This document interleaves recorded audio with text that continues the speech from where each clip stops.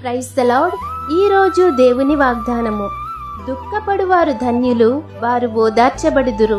మత్తయి సువార్త 5వ అధ్యాయము 4వ వచనం. ఈ లోకంలో ఉన్నంతకాలము ప్రతి ఒక్కరూ ఏదో ఒక విషయంలో దుఃఖపడుతూ ఉంటారు.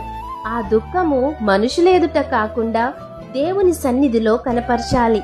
మరి హన్నా అయితే పిల్లల కోసం దేవుని సన్నిధిలో దుఃఖాక్రాంతురాలై ప్రార్థించింది.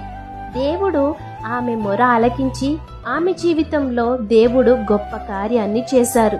ఈరోజు నీవు ఏ పరిస్థితుల్లో ఉండి బాధపడుతున్నా ఆ దుఃఖము మనుషులేదుట కాకుండా దేవుని సన్నిధిలో దుఃఖపడితే నీ దుఃఖమునకు ప్రతిగా రెట్టింపు ఘనతనిచ్చి సంతోషముతో నా దేవుడు నిన్ను ఓదారుస్తారు. కాబట్టి ఈ వాగ్దానం మీ జీవితంలో నెరవేరాలని కోరుకుంటూ దేవుని సువార్త పరిచర్యలో మీ సహోదరు